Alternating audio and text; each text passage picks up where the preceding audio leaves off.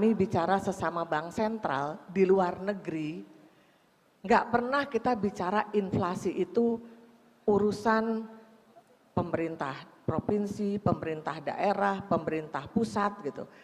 Selalu menganggapnya inflasi ini urusannya bank sentral dan harus ditanganinya dengan kebijakan moneter gitu.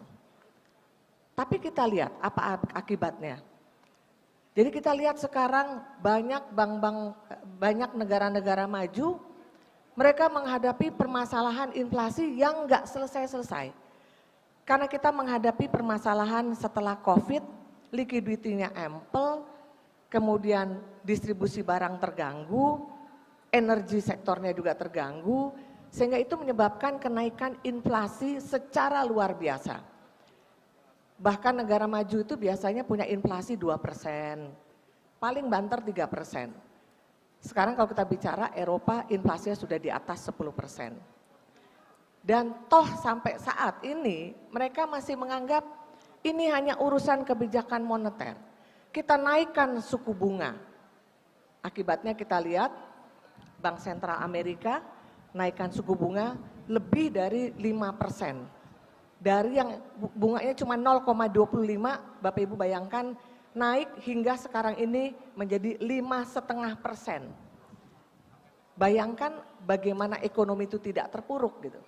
Kemudian Eropa naikannya sampai 4,5%. Jadi sekarang suku bunga di Eropa juga sudah mendekati 5%. Nah, di Indonesia, kami sebagai Bank Indonesia, kami sadar kita harus melihat sumber inflasinya itu dari mana. Karena kalau kita lihat inflasi ada sumber dari permintaan, ada dari sisi penawaran.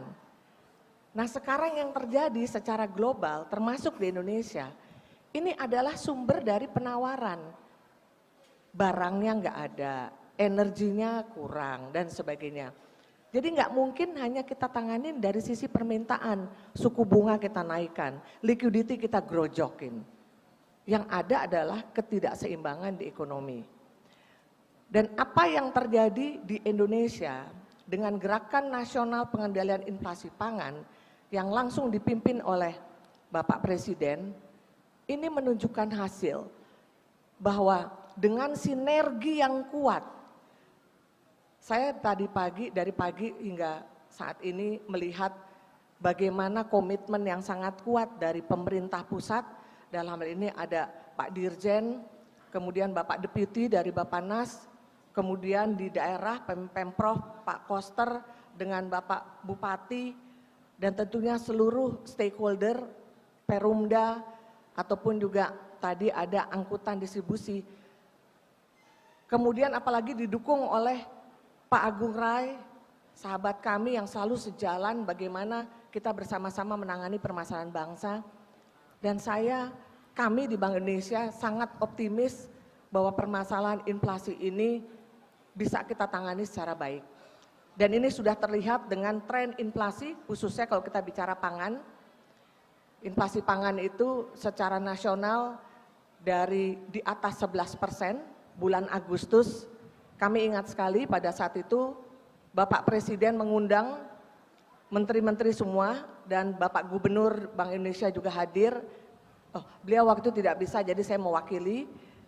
Dan di situ Bapak Presiden langsung mencanangkan kita hadapi inflasi bersama-sama.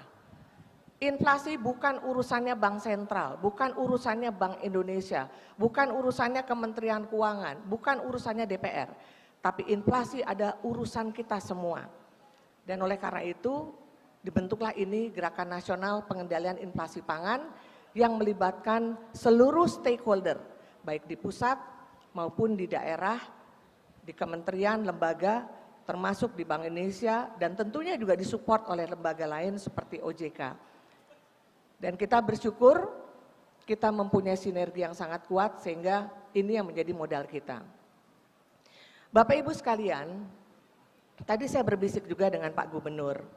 Saya bilang, Pak Gubernur, kalau kita ingin mempunyai daya tahan yang kuat dari suatu bangsa, negara, ataupun kita bicara wilayah gitu ya, ada 3 hal yang harus menjadi perhatian.